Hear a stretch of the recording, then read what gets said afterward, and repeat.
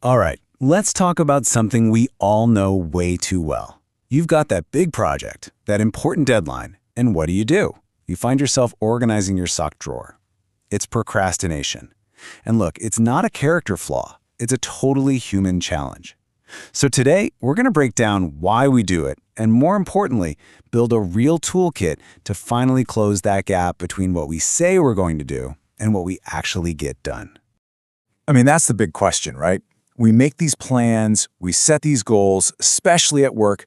Our intentions are great. But then something happens. There's this space, this kind of mysterious gap between the decision and the action. So what is going on in there? Well, there's actually a name for it.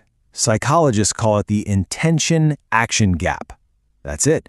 That's the void where all our best-laid plans seem to just vanish. And just knowing this is a huge first step because it changes how we see the problem. It's not that you're lazy, it's that you're caught in a real, scientifically recognized phenomenon. And get this gap is huge. Seriously. Research shows that what we intend to do only predicts about a third of what we actually do. That means this gap, this void, accounts for a whopping 60 to 70% of our behavior. It's this powerful, invisible force that's often running our day. Okay, so if we want to bridge this gap, we have to understand why it's there in the first place, right? We can't just tell ourselves to stop procrastinating. That never works. We need to become detectives of our own minds to figure out what's really pulling us away from our most important work. So here's one of the biggest escape routes our brain loves to take: daydreaming. Think about it. When a task feels stressful or boring or just hard, our mind presents us with a much nicer option. A little mental movie where we've already finished the work or where the problem just doesn't exist. It's a quick hit of relief from the pressure of our jobs. And it really all boils down to this. Daydreaming is a coping mechanism. The minute we feel stressed about a work project, our brain is already on an imaginary beach. If we're not feeling confident about starting, we just retreat into a fantasy where we're already a total expert.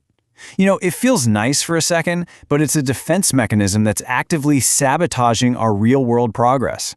Now here's the crucial part.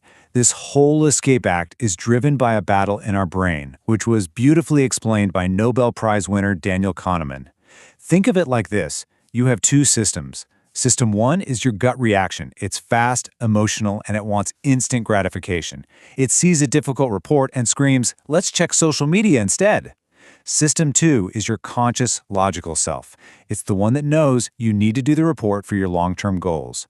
Procrastination is what happens when we let System one grab the steering wheel. So if it's a battle inside our own brain, how do we start winning? Well, the secret isn't about having more willpower. It's about having a better strategy. It's about understanding your own natural energy cycles and working with your brain instead of constantly fighting against it. And this all starts with knowing your chronotype. You see, we're not all built the same. Some of us are morning larks, some are night owls. The key is to figure out your personal prime time, that golden 2 to 3 hour window each day when your brain is at its absolute sharpest. You need to guard that time like a fortress.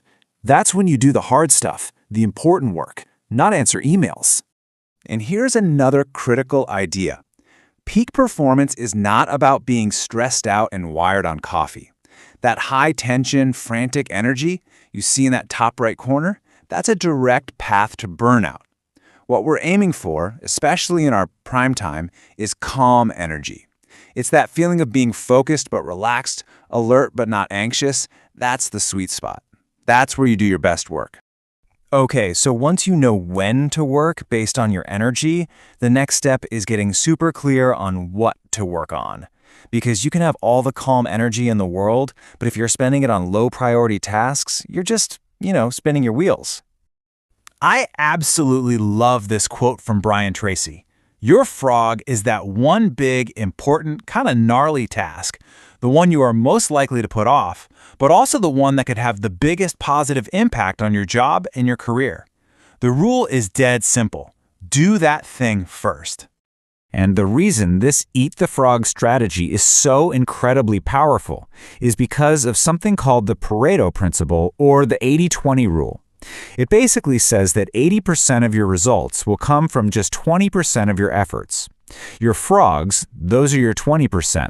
So by focusing your best primetime energy on those few crucial tasks, you get massive results. All right, so we know our energy cycles and we know our priorities. The final piece of this puzzle is to build a system that makes doing the right thing almost automatic. Because let's be honest, relying on pure motivation day after day is just exhausting. Systems are what make success consistent. And that brings us to this brilliant idea of atomic habits from James Clear. The whole concept is to stop worrying about huge goals and instead focus on tiny 1% improvements. You don't break the procrastination cycle with one heroic effort. You break it by building a tiny, consistent habit of just starting, even if it's for just 5 minutes a day. And we can make those habits even easier by using something called nudging theory. Remember our impulsive System 1 brain, the one that wants the easy way out? Well, instead of fighting it, we can use its laziness to our advantage.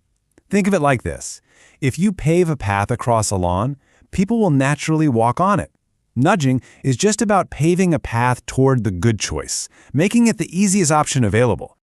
So what does this look like in real life? It's simple stuff. Use a signal, like a sticky note with your #1 priority on your computer monitor. That's a constant reminder. Or pre-structure things. Lay out the files you need for that big project the night before so there's zero friction to starting. You can even add a fun factor. Put on an amazing playlist while you do a boring task. These are tiny little tweaks to your environment that gently guide you to do the right thing. So, let's put it all together. Here's the system. You use your self-awareness to find your 2 to 3 hour prime time. During that time, you use your best energy to eat that frog, your most important task. And you make all of this easier by building one simple atomic habit: planning your day. Seriously, the data shows that just 10 minutes of planning can save you up to 90 minutes when you're actually doing the work. You know, the big takeaway here is that there's no magic bullet for procrastination. Beating it is about self-awareness, knowing your energy, your triggers, your real priorities, and then building a personal system of small, consistent habits and nudges that get you from intention to action, day in and day out. So I'm going to leave you with this one question. This isn't about changing your whole life overnight. It's about starting small. So what is the one tiny 1% improvement you're going to make tomorrow to start closing your own intention-action gap?